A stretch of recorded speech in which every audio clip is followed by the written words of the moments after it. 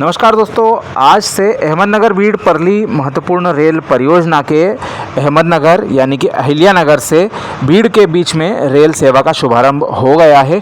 इस परियोजना का जो सबसे पहला सेक्शन था आष्टी से अहमदनगर के बीच में 2022 में शुरू हुआ था। इसके पश्चात में बीच का जो सेक्शन है हमारा अमलनेर से आष्टी का वह शुरू हुआ था 2024 में, और इस वर्ष हमारा बीड़ से लगा के अहिल्यानगर का लगभग 166 किलोमीटर लंबाई का सेक्शन पूरा हो गया है और इस पर रेल सेवा की शुरुआत हो चुकी है। और इसका आनंद लेने के लिए आज बीड़ की जनता रेलवे स्टेशन पर उमड़ी। इसका ज़्यादा जो श्रेय जाता है वह क्षेत्र के लोकप्रिय दिवंगत नेता श्री गोपीनाथ मुंडे जी को जाता है, जिनके कार्यकाल में इस रेलवे परियोजना की शुरुआत हुई। लंबे संघर्षों के पश्चात में अब यह रेलवे लाइन बनकर तैयार हो रही है और अगले वर्ष इसका जो परली बैजनाथ तक का सफ़र है वह पूरा हो जाएगा। उसका भी कार्य काफ़ी अच्छा चल रहा है। आप देख रहे हैं इसी पूरे कार्यक्रम के जो नज़ारे विभिन्न सोशल मीडिया माध्यमों से प्राप्त हुए हैं। काफ़ी उत्साह से पिछले 2 दिनों से क्षेत्र की जनता इस पल का इंतज़ार कर रही थी, जो अब जाकर पूरा हुआ है। बीड़ जिले के नागरिकों का रेल यात्रा का आखिरकार सपना साकार हो गया है। जो मराठवाड़ा मुक्ति दिवस के अवसर पर बीड़ और अहिल्यानगर अहमदनगर के बीच में पहली ट्रेन की शुरुआत हो चुकी है, जिसका कि मुख्यमंत्री श्री देवेंद्र फडणवीस जी के द्वारा और क्षेत्र के लोकप्रिय जनप्रतिनिधियों की उपस्थिति में हरी झंडी दिखाकर शुभारंभ किया गया।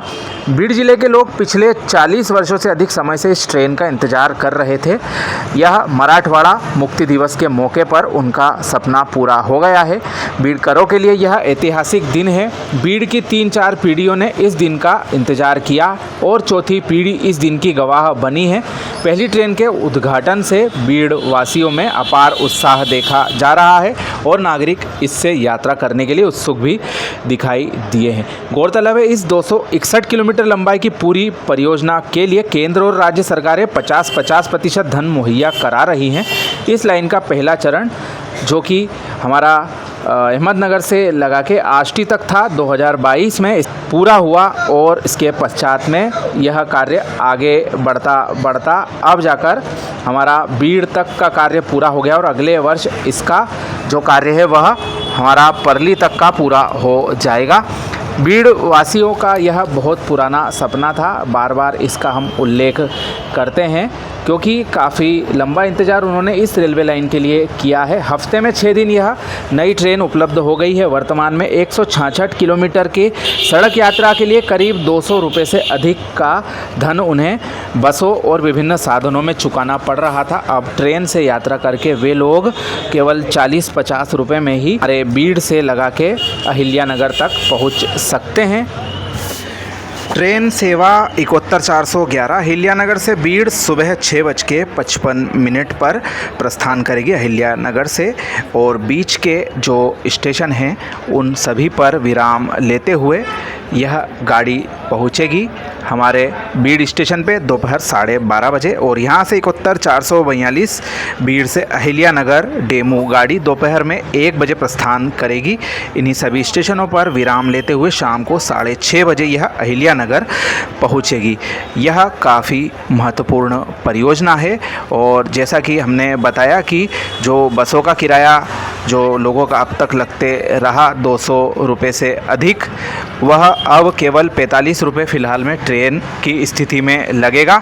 और बीड़ से आगे के स्टेशन जो हैं वह हैं राजूरी, रायमोर, विघनवाड़ी, घटनांदूर, अमलनेर, बावी कीणी, आष्टी, कड़ा, धानोरा, सोलापुरवाड़ी, लोणी, नारायण, दोह। इन स्टेशनों के यात्री भी इस ट्रेन से लाभान्वित होंगे।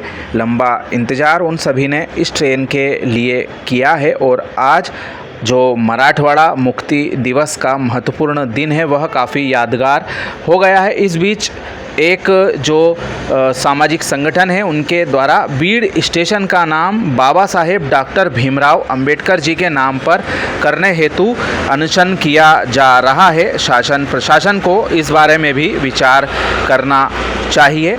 जो हमारी ऐतिहासिक हस्तियां हैं उनके नाम पर रेलवे स्टेशनों के नामकरण होने चाहिए। जनता की भावना को ध्यान में रखते हुए यह कार्य किए जाने चाहिए, जिससे कि जो विभिन्न प्रकार के जो आंदोलन वगैरह की नौबत ना आए। सरकार को पहले ही इस बारे में सोचना चाहिए। खैर, यह एक अलग बात है, इस पर विचार सरकार गंभीरता से ज़रूर करेगी, इसकी पूरी उम्मीद जताई जा।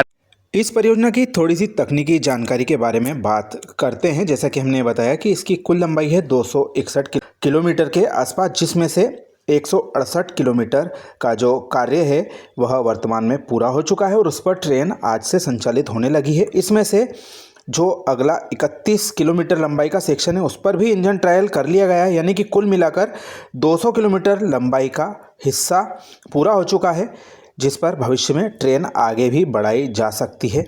इस परियोजना की जो लागत है वह 5000 करोड़ के ऊपर पहुंच चुकी है, जिसको कि हमारी महाराष्ट्र सरकार और रेल मंत्रालय दोनों के 50-50 पार्टनरशिप में बनाया जा रहा है।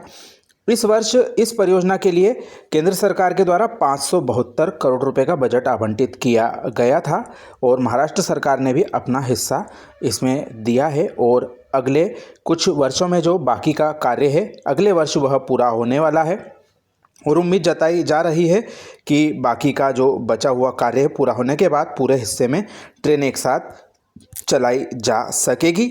थोड़ी हम इसकी जानकारी लें तो जो 21 तारीख को अप्रैल की 21 तारीख को बीड़ से वधवानी के बीच में 31 किलोमीटर सेक्शन में ट्रायल हो चुका है और जल्दी ही उक्त सेक्शन पर CRS फाइनल के रूप में किया जाएगा। वहीं वधवानी से शीरसाला के 33 किलोमीटर सेक्शन को बनाने की तारीख रखी गई है नवंबर 2025 और शीरसाला से परली के 27.95 किलोमीटर सेक्शन को जनवरी 2026 तक पूरा किया जा सकता है। तो बहुत अच्छी बात है कि यह सेक्शन अगले जो साल में पूरा बनकर तैयार हो जाएगा। एक वैकल्पिक मार्ग इससे क्षेत्रवासियों को उपलब्ध हो जाएगा जो करीब 30 साल से अधिक समय से बन रहा है। उक्त रेल मार्ग काफ़ी महत्वपूर्ण क्षेत्रवासियों के लिए है और इसी तरह से हमारे मध्य प्रदेश सहित महाराष्ट्र, राजस्थान, गुजरात के भी बहुत सारे महत्वपूर्ण प्रोजेक्ट हैं जो धीमी गति से चलते आ रहे हैं।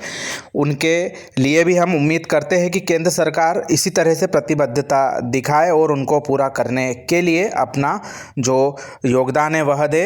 और इस प्रोजेक्ट में तो राज्य शासन के द्वारा भी अंशदान दिया गया और उनके द्वारा समय से राशि उपलब्ध कराने की वजह से यह प्रोजेक्ट जमीन पर आकार लेता हुआ नजर आया।